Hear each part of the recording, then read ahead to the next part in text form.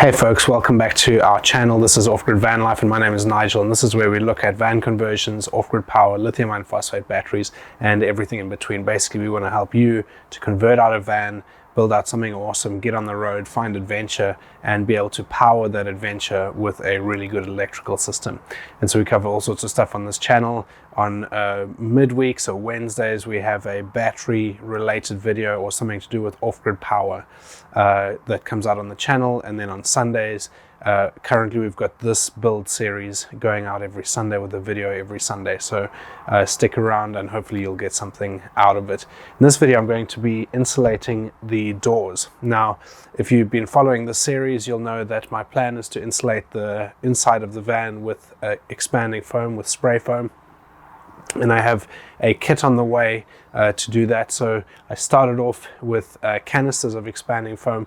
Wasn't 100% happy with it once I'd reviewed it a little bit more, and also I'd used the wrong type of expanding foam as well for that. So then I went back, reordered a kit because it actually worked out more economical to buy a whole kit than to buy a whole bunch of the cans, and I also think it'll give a better result. So for the doors though, I'm not going to use expanding foam, mainly because there are so many different moving parts. When you look inside the door here, you've got all these cables that operate your latch, your handle, and then your locking mechanism.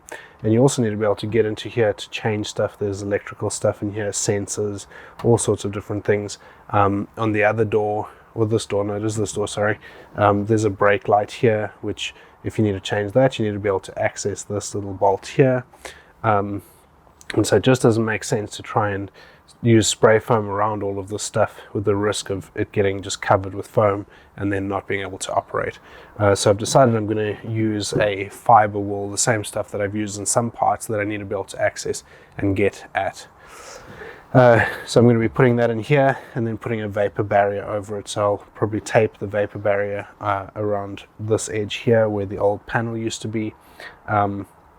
And then when I'm then going to put a new panel on here, but I'm going to put it on in a way that allows me to take it off if I need to. So pretty much all of the panels that I'm putting in the van are going to be sort of modular and reasonably sized.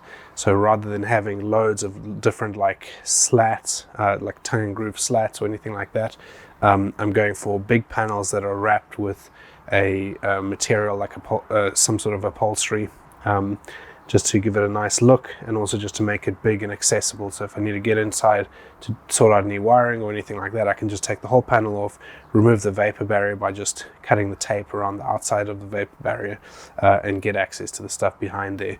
I don't have to be like trying to get off loads of tongue and groove slats and stuff like that. So yeah, I think it'll work out quite well. So we're going to get after insulating this and then cutting out the vapor barrier and getting that all set in.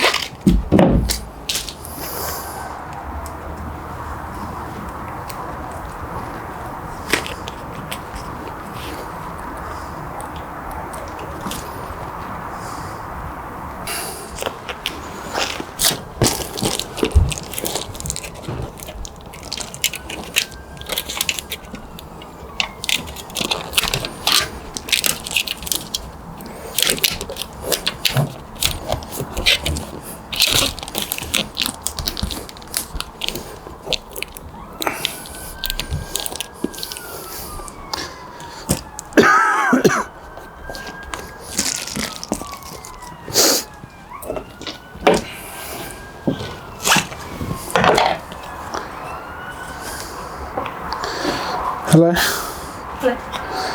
You alright?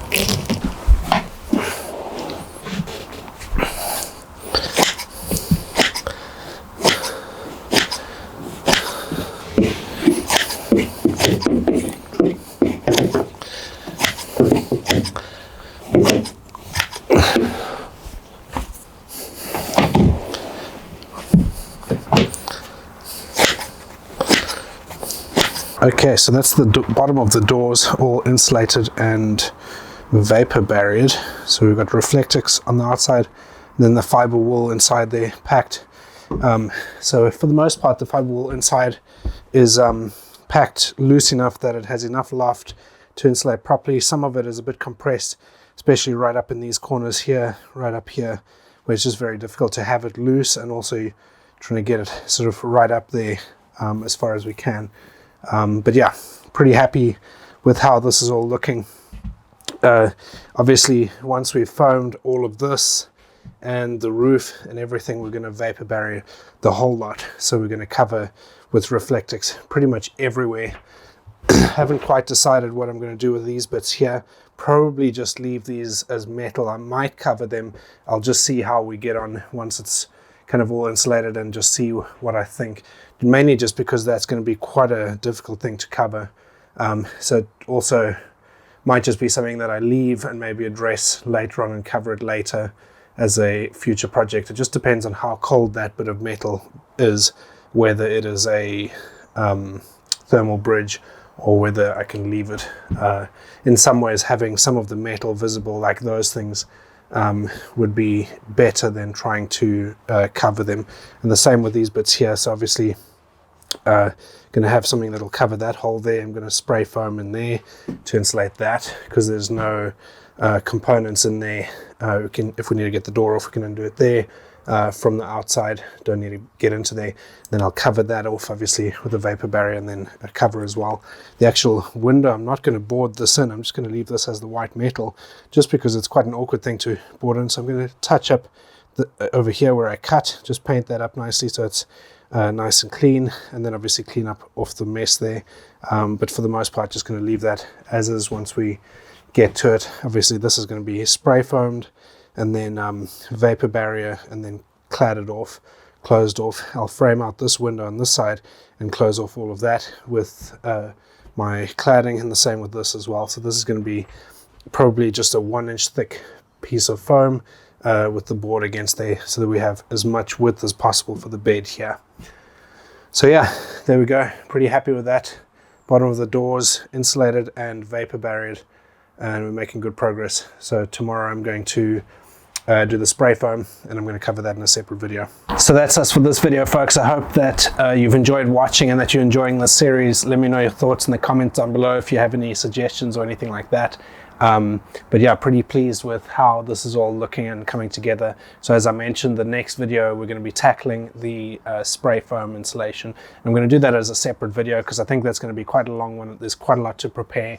I need to frame out the windows. I need to finish off the last bits of the wiring. So I think I mentioned it previously, but I'm going to be taping up the wiring using where's it, this stuff here, which is like fabric loom building tape.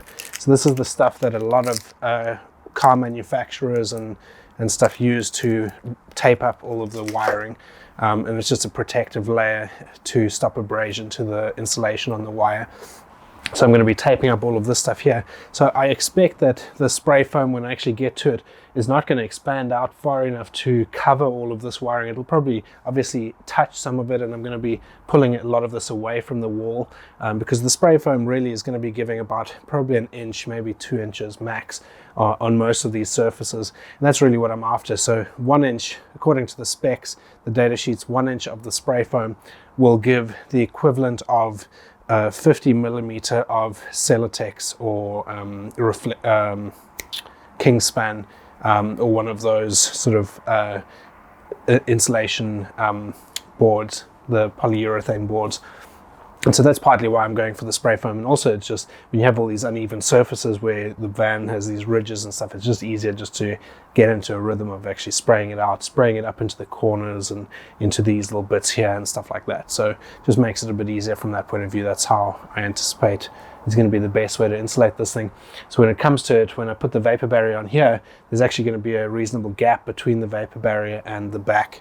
And all of the wiring and stuff like that's going to sit in that, so it's going to have space. And I've also oversized a lot of the wiring in this van, and obviously when it's fused correctly for the current that it's actually going to be drawing, the likelihood of that wiring overheating is very, very slim because it's oversized. So yeah, pretty happy overall with how things are looking. So next video we're going to be tackling the spray foam and everything involved with that. So thanks for watching, and we'll see you next time. Cheers.